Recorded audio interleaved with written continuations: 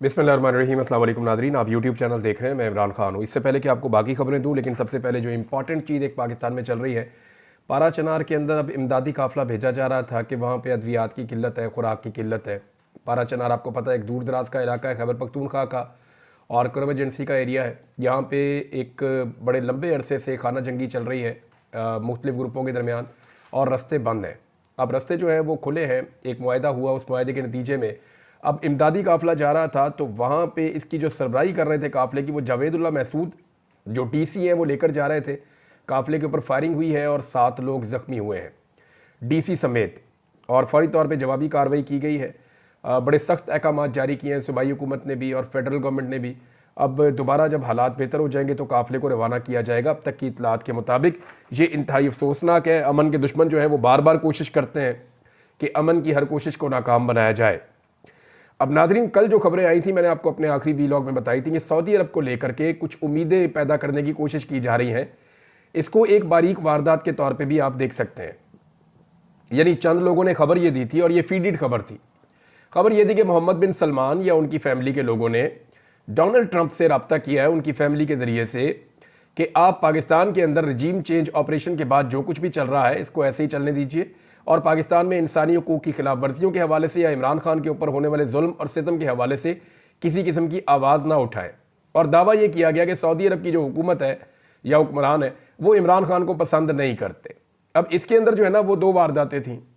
एक तो पहली वारदात तो ये है कि सऊदी अरब के ताल्लुकात पाकिस्तान तहरीक इंसाफ के साथ ख़राब किए जाएँ, क्योंकि हुकूमत इस बात को बड़ी अच्छी तरह जानती है कि पाकिस्तान तहरीक इंसाफ का सोशल मीडिया जिसके पीछे पड़ जाता है वो ये नहीं देखता ये किसी मुल्क का सदर है या वज़ीर आज़म है, वो ये नहीं देखता कि कोई बादशाह या कोई बहुत बड़ा आदमी है, वो उसके पीछे लग जाते हैं, वो परवाह नहीं करते, वो खुलकर अपनी बात करते हैं।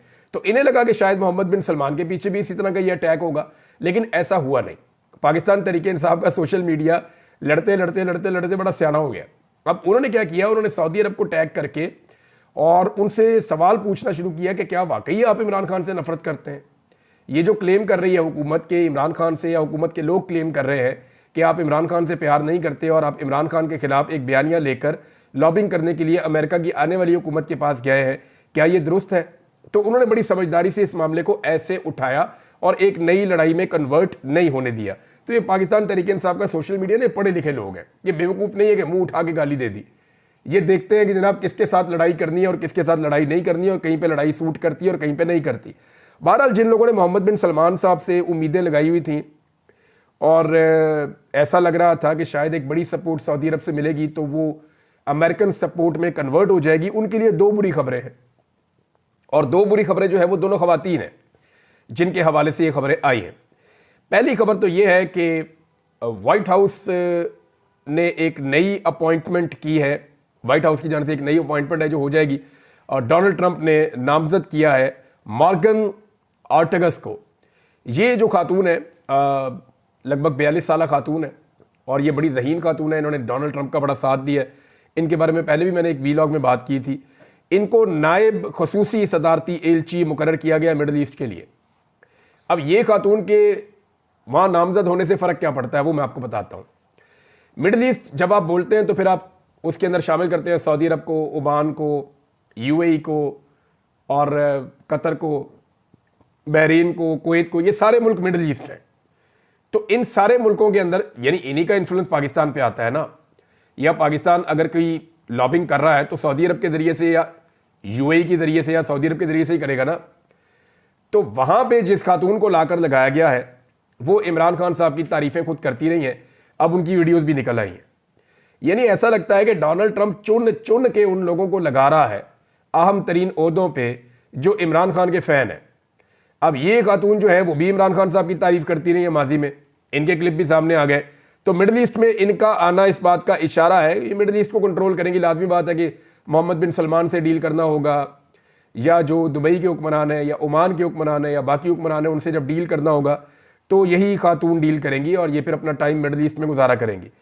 तो ये जो खातून है ये तो पहले से ही इमरान खान के बारे में बड़ी तारीफ़ कर रही हैं।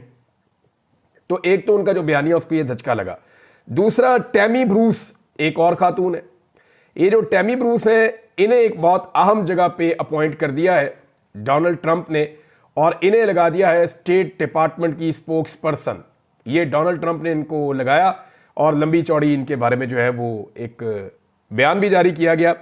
अब टैमी ब्रूस का एक मैं आपको निकाल के सुना देता हूं, इनका अपना एक ट्वीट, उसमें ये कहती है कि इट्स ऑलवेज अ शॉक, ये एक बहुत बड़ा धचका है। Shocking opposition victory thrown Pakistan into chaos. The party of Imran Khan, the jailed former prime minister, took the most seized, humiliating the country's military rulers and creating a political crisis.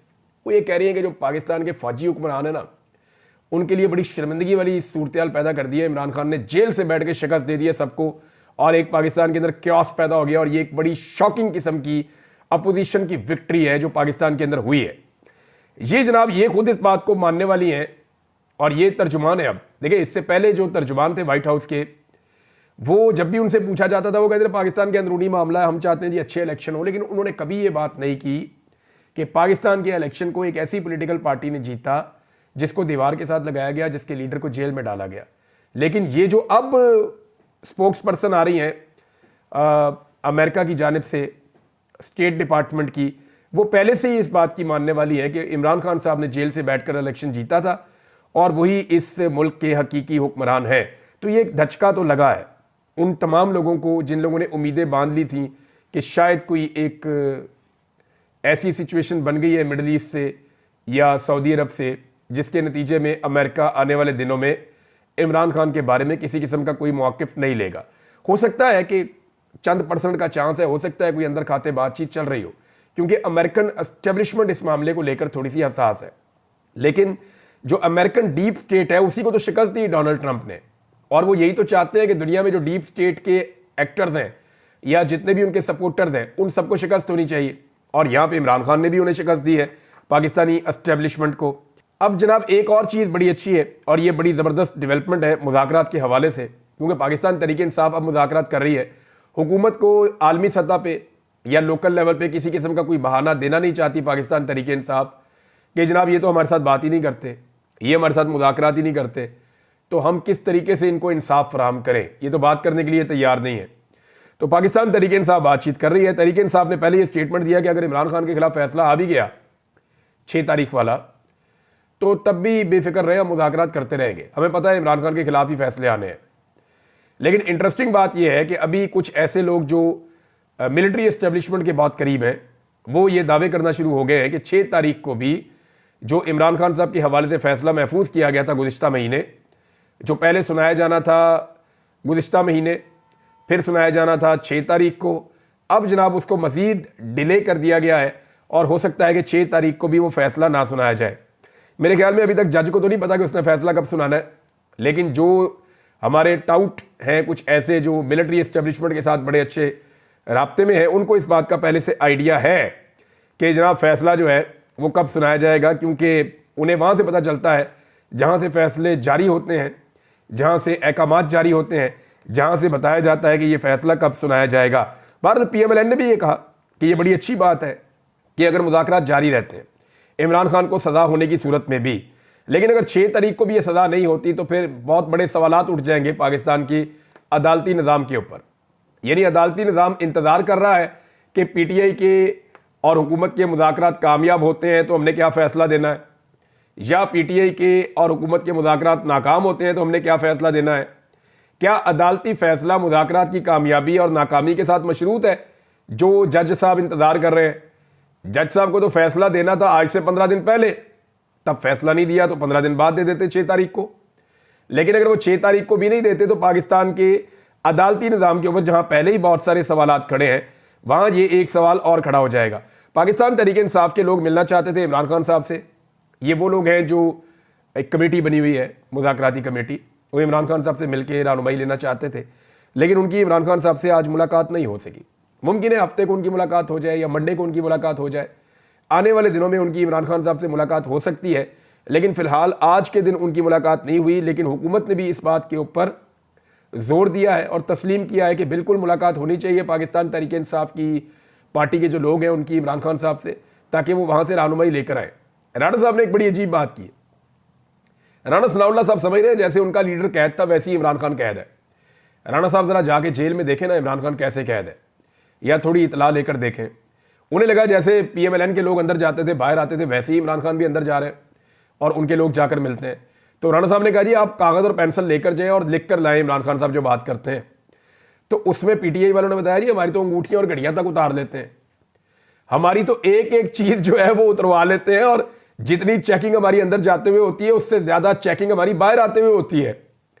और किसी किस्म की कोई चीज़, कागज़ पेंसिल, सवाल ही पैदा नहीं होता वो अंदर जाने दें। वो वकील बेचारे जो अदालत के अंदर जाते हैं उनके पास कोई पेन होता है तो वो पूरा पूरा यहाँ तक तो पूरे हाथ के ऊपर वो लिख कर लाते हैं कि इमरान खान साहब ने क्या बात की है। तो राणा सनाउल्लाह साहब गिज्जे हुए हैं उन अदालतों और जेलों के जो परवेज मुशर्रफ के दौर में थी या जो अभी है। अभी इस दौर में जो हो रहा है, राणा सनाउल्लाह को आइडिया भी नहीं है शायद कि जेलों के अंदर किस किस्म का सलूक किया गया, जिन लोगों को लापता किया गया उनके खिलाफ किस किस्म का सलूक किया गया है। राणा सनाउल्लाह साहब ने एक सवाल उठाया कि क्या इस पर कमीशन बना दे कि 26 नवंबर को एक सूबाई हुकूमत जत्था लेकर वफाक के ऊपर हमलावर हुई थी। ये एक तरह की धमकी है कि जनाब आप वफाक के ऊपर हमलावर हुए थे, हम फिर बना देते हैं कमीशन, आप भी फंस जाएंगे। तो मामला ये है कि मियाँ नवाज शरीफ साहब ने भी लॉन्ग मार्च किया था जब उनके पास पंजाब में हुकूमत थी, उन्होंने अनाउंस किया था। तो तब भी फिर आप कह सकते हैं कि एक जमात वफाक के ऊपर हमलावर हुई थी। कई मरतबा आप लॉन्ग मार्च लेकर इस्लामाबाद की जानिब आए हैं। अभी हाल ही में आपने 15 मई 2023 को, जब हर तरफ आपका तोती बोलता था, तो आपने सुप्रीम कोर्ट ऑफ पाकिस्तान के बाहर जो धमा चौकड़ी की, मैं तो उस वक्त अंदर था, मैंने बाद में वो विजुअल्स देखे वापस आने के बाद, कि आपने सुप्रीम कोर्ट ऑफ पाकिस्तान के चीफ जस्टिस के पुतले जलाए, उनको गंदी गालियां दी, वहां पे आकर बाहर बहुत खौफनाक किस्म का एहतजाज किया और बंदे कहां कहां से इकट्ठे करके आप ले आए। इससे पहले आपने सुप्रीम कोर्ट ऑफ पाकिस्तान के ऊपर हमला भी किया हुआ है और जजों को बेचारों को अपनी जान बचानी पड़ी थी।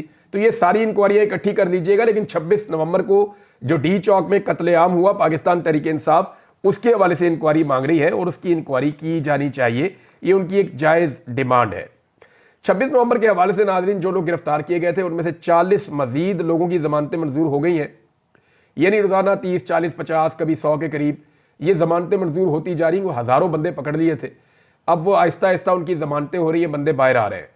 और पाकिस्तान तहरीक इंसाफ के थोड़े दिनों के अंदर ऐसा लगता है कि ज़्यादातर लोगों की जमानतें हो जाएंगी। और फिर अगर जो लाहौर के अंदर 4-5 बड़े रहनुमा गिरफ्तार हैं, जिनमें शाह महमूद कुरैशी हैं, जिनमें यास्मीन राशिद साहिबा हैं, मियाँ महमूद रशीद साहब हैं, जिनके अंदर उमर चीमा साहब हैं, जिनके अंदर बहुत बीमार हैं वो एजाज चौधरी साहब सेनेटर, उनको एक मरतबा भी नहीं आने दिया वहाँ पे उनकी सेनेट के सेशन में, तो वो हैं। और भी लोग हैं। तो इन लोगों को अगर छोड़ दिया जाता है और जो लोग लापता किए हैं उनको भी छोड़ दिया जाता है, तो इमरान खान साहब को एक अच्छा जेस्चर मिल जाएगा कि वाकई में एस्टेब्लिशमेंट अपने आप को सियासत से बाहर निकालना चाहती है। बहुत सारे ऐसे सहाफ़ी जो एस्टेब्लिशमेंट के बहुत करीब हैं, वो अब ये दावे कर रहे हैं कि ये जो एस्टेब्लिशमेंट ने 19 लोगों को छोड़ा है जिन्हें मिलिट्री कस्टडी में रखा गया था और फटाफट फैसले देकर पहले अपनी जान छुड़ाई और अब जो है वो माफ़ी का ऐलान भी किया गया है, तो ये एक अच्छा जेस्चर देना चाहती है एस्टेब्लिशमेंट के जनाब हम एक गुडविल जेस्चर दे रहे हैं। लेकिन उसमें हसन न्याजी ने इनकार किया है, कुछ और लोग हैं वो भी अभी रहम की अपील में नहीं जा रहे। अब एक चीज़ और है नाजरीन, वो ये है कि स्टेट बैंक ऑफ पाकिस्तान के अदाद शुमार है वो मुझे आपके साथ शेयर करने हैं। वजह यह है कि इसमें समीना पाशा साहिबा ने इसको रिपोर्ट किया है। मैं उन्हीं के हवाले से आपको बता देता हूँ कि इमरान खान साहब साथ साथ मुज़ाकरात तो कर रहे हैं ताकि हुकूमत को भागने का कोई मौका या बहाना ना मिले, लेकिन सेम टाइम में उनकी जो एक तहरीक चल रही है सिविल नाफरमानी की, वो भी जारी है। और इसके पहले मरले में उन्होंने ओवरसीज पाकिस्तानियों को कहा था कि आपने अपनी रेमिटेंसेज नहीं भेजनी। अब जो दिसंबर के आखिरी 2 हफ्तों का रिकॉर्ड आया उसके मुताबिक फॉरेन रिजर्व में $404 मिलियन की कमी हो चुकी है। ये समीना पाशा साहब ने रिपोर्ट की। इसके कुछ और रीज़न भी हो सकते हैं, लेकिन इसका एक रीज़न ये भी है कि ओवरसीज पाकिस्तानी अब रेमिटेंसेज नहीं भेज रहे। लेकिन मेरे ख्याल में जो इसका हकीकी तौर पे पता चलेगा वो जनवरी का महीना जब पूरा गुजरेगा, तब आप कंपैरिजन कर सकते हैं कि 2024 के जनवरी में कितना पैसा ओवरसीज पाकिस्तानियों ने भेजा, 2023 के जनवरी में कितना भेजा, 2022 के जनवरी में कितना पैसा भेजा और 2025 के जनवरी में ओवरसीज पाकिस्तानियों ने कितना पैसा भेजा। तो वहाँ से आपको एक कंपैरेटिव एनालिसिस करना आसान रहेगा कि ओवरऑल ओवरसीज पाकिस्तानियों के भेजे हुए पैसे में कमी हुई है या वो ज़्यादा हुआ है। वैसे ओवरसीज पाकिस्तानियों को इस हुकूमत ने अपना दुश्मन बना लिया। ये 1 करोड़ से ज़्यादा ओवरसीज पाकिस्तानी है। इनके साथ ऐसी बर्बरियत की गई है, यानी इनको बाहर मुल्कों में परेशान किया गया, कभी धमकियाँ लगाई गई कि आपके पासपोर्ट और आपके कागजात ज़ाया कर देंगे, कभी इनको ताने दिए गए कि तुम बाहर रहते हो, बाहर की सोचो, इधर की मत सोचो, तुम पाकिस्तानी हो ही नहीं, इनको ये भी कहा गया, यानी इनके पैसे सबको चाहिए लेकिन इन्हें वोट का हक भी नहीं दिया गया, इनके हकूक छीने गए, इनको ताने दिए गए। तो ओवरसीज़ पाकिस्तानी जब पाकिस्तान में आते हैं तो यहाँ एयरपोर्ट के ऊपर उनको तंग किया जाता है, बड़े गौर से उनको देखा जाता है कि ये उनमें से तो नहीं है जो सोशल मीडिया को चलाते हैं। तो ओवरसीज़ पाकिस्तानियों को जितना परेशान किया गया है उसके रद्देमल तो उसका आना ही है। और इमरान खान साहब को इस बात का आइडिया है कि ओवरसीज़ पाकिस्तानी मौजूदा रजीम से कितने ज़्यादा खाइफ है। एक खबर और है नाज़रीन, और वो है मिलिट्री कोर्ट्स के हवाले से। मिलिट्री कोर्ट्स का जो फैसले हैं वो अभी तक फराम नहीं किए गए। बहुत सारे लोगों ने अपील की, जनाब हमारे फैसले हमें दिए जाएं ताकि हम अपील में जाएं, लेकिन मिलिट्री कोर्ट्स के फैसले अभी तक लोगों को नहीं दिए जा रहे। हत्ता कि मैं हैरान हूं कि जो रहम की अपीलें लिखवाई गई थी वो अपीलें मंजरेआम पे आ गई, लेकिन जो फैसले जिनकी बुनियाद के ऊपर सजाएं दी गई थी, जिनके बाद रहम की अपील की गई थी, वो फैसले अभी तक मंजरेआम पे नहीं आए।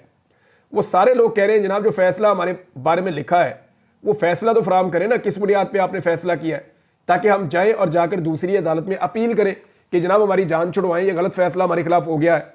लेकिन ये भी एक तारीख का अनोखा वाकया है कि यानी पूरी दुनिया देख रही है कि मिलिट्री कोर्ट्स ने क्या किया पाकिस्तान में। और ये अनोखा वाकया ये है कि मिलिट्री कोर्ट्स ने सजाएं दे दी हैं लेकिन सजा का फैसला फराम नहीं कर रही। हालांकि जहां पे भी आपको सजा होती है किसी भी अदालत में, फौरी तौर पे आपको फैसले की कॉपी मिल जाती है और उस कॉपी की बुनियाद के ऊपर आप अपील में जा सकते हैं, लेकिन यहाँ पे अपील में नहीं जा पा रहे लोग। तो अगर तो लोगों ने अपील में जाना है तो फिर उनको मिलिट्री कोर्ट का फैसला चाहिए होगा, जो अभी तक लोगों को नहीं मिल रहा। एक और नाज़रीन खबर है, साबिर शाकिर साहब ने भी इसको शेयर किया है, मैं चाहता हूं कि मैं वहीं से आपको पढ़ के सुना दूं कि ये जो फार्म 47 की हुकूमत है इसका विजन ये है कि दुनिया में पाकिस्तान का पहला नंबर आ गया है। इंटरनेट की बंदिश से जो नुकसान हमने उठाया उस ज़ुमरे में पाकिस्तान की तबाही हुई है, मईशत की तबाही हुई है। इंटरनेट बंद करके 1 अरब 62 करोड़ डॉलर्स का नुकसान किया गया है। साथ में उन्होंने अब्दुल मुईज़ मलिक साहब की एक रिपोर्ट जो है वो भी शाया की है, और इस रिपोर्ट के अंदर बाकायदा फिगर लिखा हुआ है कि पाकिस्तान में किस तरीके से इंटरनेट को बंद किया गया और किस तरीके से पाकिस्तान को जो है वो अरबों रुपए का नुकसान हुआ। ये बहुत बड़ा नुकसान है, छोटा नुकसान नहीं है। और ये हमने डेलिबरेटली पाकिस्तान को दिया सिर्फ इसलिए कि एक पॉलिटिकल पार्टी जो कहती है या जो उसका नैरेटिव है वो पसंद नहीं है तो उसको डिजिटल दहशतगर्द करार दे देते हैं, और फिर उसको रोकने के लिए जो डिजिटल प्लेटफॉर्म है उनको बंद कर देते हैं, और बाद औक़ात आप इंटरनेट ही बंद कर देते हैं। उसको बंद करने से जो पाकिस्तान के अंदर जितने फ्रीलांसर्स काम कर रहे हैं, यानी इंडिया का आपको पता है कितना उनका आईटी का एक्सपोर्ट है, ज़रा गूगल करके आप देख लें। 200 अरब डॉलर की उन्होंने आईटी एक्सपोर्ट्स किए हैं। ये 200 अरब डॉलर वो है जो इंडियंस इंडिया में ले गए कमा कर, जो इंडिया से बाहर उन्होंने पैसा रखा है, यानी वो सारा पैसा इंडिया में तो नहीं ले जाते। यानी अगर वो दुगना काम करते हैं तो बहुत सारे लोग अपना पैसा बाहर मुल्कों में ही रखते हैं, इंडिया में मंगाते ही नहीं है। कईयों का पैसा अमेरिका में पड़ा होगा, यूरोप में पड़ा होगा, वहाँ वो प्रॉपर्टीज़ ले लेते हैं, वहाँ वो पैसा खर्च कर देते हैं। तो 200 अरब डॉलर अगर वो अपने मुल्क में ले गए हैं आईटी एक्सपोर्ट्स के ज़रिए से, तो 200 अरब डॉलर तो उनका बाहर भी पड़ा होगा। आप देखें इंडिया कितना कमा रहा है और पाकिस्तान 3-4 अरब डॉलर तक नहीं पहुँच पा रहा। उसकी वजह क्या है? हमें तो बहुत तेज़ी से ग्रो करके 15 से 20 अरब डॉलर तक पहुँचना चाहिए था, हर साल इसको दुगना होना चाहिए था, लेकिन हम कर नहीं पा रहे। और जो पाकिस्तान के हालात हैं उनमें भी जितने भी हमारे फ्रीलांसर्स हैं जो काम करते हैं, जो थोड़े से ज़्यादा डॉलर कमाते हैं, वो फिर पैसा पाकिस्तान में नहीं मंगवाते। पाकिस्तान में जो क्लाइमेट चेंज है उसकी सूरत हाल आपके सामने है, रहने के काबिल हमने छोड़ा नहीं, रूल ऑफ लॉ आपके सामने है, पाकिस्तान के अंदर इंसानी हुकूक आपके सामने है, अदालतों में जो इंसाफ मिल रहा है वो आपके सामने है, जो लोगों के लिविंग स्टैंडर्ड्स हैं वो आपके सामने है। तो जब ये सारा कुछ आप पाकिस्तान में करेंगे, जुल्म बर्बरियत और ज्यादती करेंगे, तो लोग पैसा पाकिस्तान में नहीं लाएंगे। तो जितना पैसा पाकिस्तान के अंदर आता है उससे ज़्यादा पाकिस्तानी बाहर रोक लेते हैं पैसा। ये भी एक बड़ा प्रॉब्लम है। इसको तभी एड्रेस किया जाता है जब पाकिस्तान के अंदर एक ऐसी गवर्नमेंट होगी जिस पे लोग ट्रस्ट करेंगे। पाकिस्तानियों के हवाले से, पाकिस्तानी सहाफ़ियों के हवाले से ये बड़ी इंपॉर्टेंट न्यूज़ है, और न्यूज़ ये है कि 2024 का जो साल है वो बदतरीन साल रहा पाकिस्तानी सहाफ़ियों के हवाले से। मीडिया वॉचडॉग की रिपोर्ट में इंकशाफ हुआ है कि पाकिस्तान में सहाफ़ियों के लिए 2024 बदतरीन साल है। 6 सहाफ़ी अपनी जान से गए, जबकि 57 सहाफ़ियों को रिपोर्टिंग के दौरान तशद्दुद और दीगर मसाइल का सामना करना पड़ा है। ये रिपोर्ट कहती है कि ये खतरनाक तरीन और बदतरीन साल था पाकिस्तानी सहाफ़ियों के लिए 2024। ये तमगा भी इस हुकूमत को लग गया है। 6 सहाफ़ी जांबक हुए, 11 पर कातलाना हमले हुए, 57 को मुख्तलिफ नौइयत के मसाइल का सामना रहा, धमकियां, हमले और उनको हरासा किया गया। 9 ख़वातीन सहाफ़ियों को भी धमकियां दी गई। पहले नंबर पर जो सूबा रहा जहां पर सबसे ज़्यादा सहाफ़ियों को तंग किया गया वो एक ऐसी हुकूमत का सूबा है, एक ऐसी पॉलिटिकल पार्टी की वहां हुकूमत है जो अपने आप को सबसे बड़ा जमहूरी चैंपियन कहते हैं। और बेशर्मी की इंतहा यह है कि उनका चेयरमैन कहता है कि ब्रूट मेजॉरिटी और डंडे वाली जमहूरियत में लेकर आऊंगा इस मुल्क में। यह है बिलावल जरदारी का सूबा सिंध। वहां पे सबसे ज्यादा सहाफियों के साथ मसाइल और सहाफियों के साथ खिलाफ वर्जियां हुई हैं, ये सिंध में हुई है। नंबर 2 पे पंजाब, मरियम नवाज। नंबर 3 पे इस्लामाबाद, यहां पे जनाब मोहसिन नकवी और शहबाज शरीफ। तो आप अंदाजा करें कि खैबर पख्तूनख्वा में कितने बदतरीन हालात हैं। लेकिन सहाफी खैबर पख्तूनख्वा और बलूचिस्तान में महफूज हैं, सिंध में, पंजाब में और इस्लामाबाद में महफूज नहीं है। आप अंदाजा कर लीजिए। कुछ मिसालें मेरे सामने हैं, आप ये देखें जो असद तूर के साथ हुआ, कैसे गिरफ्तार करके रगड़ा दिया गया। 4 मरतबा इस साल में मुझे गिरफ्तार किया गया। हामिद मीर के साथ क्या हुआ, उनको जान का खतरा था और बाकायदा रिपोर्ट्स थी और उनको बहुत सारी जगहों पे हामिद मीर साहब को मैंने भी उनको मिलकर पूरी रिपोर्ट दी थी, उनको खुद भी आइडिया था, तो उनको भी बहुत धमकियां दी गई। मोतीउल्लाह जान, उनके साथ क्या हुआ, उन्हें गिरफ्तार किया गया, नशा ही डाल दिया उन पे। साकिब बशीर, इन दोनों को इकट्ठे अगवा कर लिया गया, जबरी तौर पे लापता कर दिया गया। शाकिर रवान साहब को जबरी तौर पे लापता कर दिया गया। मुझे हज से जाने में इन्होंने रोक लिया। समी इब्राहिम साहब बड़े लंबे अरसे से अपनी फैमिली को नहीं मिल पा रहे, वो ट्रैवल नहीं कर पा रहे, उनके ऊपर बैन लगाया हुआ। मुहित पीरजादा साहब और दीगर सहाफी जो पाकिस्तान से बाहर है बेचारे, अब साबिर शाकिर साहब हैं, वजाद साहब हैं और बहुत सारे लोग हैं, अहमद नूरानी, ये पाकिस्तान में नहीं आ पा रहे। इनके लिए हालात बहुत तंग किए गए हैं, इनकी जान खतरे में, इनकी प्रॉपर्टी यहां पकड़ लेते हैं। तो पाकिस्तान में सहाफियों के लिए एक जहन्नुम बनाया गया है और डेलिबरेटली बनाया गया है। इसमें पाकिस्तान की हुकूमत, एस्टेब्लिशमेंट दोनों रिस्पॉन्सिबल हैं, क्योंकि वो ये चाहते हैं कि पाकिस्तान में जो बोले वो हमारी तारीफ करे, जो हम कहते हैं वही सब कहे। तो ऐसा तो नहीं हो सकता ना, कभी के दिन लंबे और कभी की रातें। अब तक के लिए इतने, अपना ख्याल रखिएगा, अपने इस चैनल का भी। अल्लाह हाफ़िज़।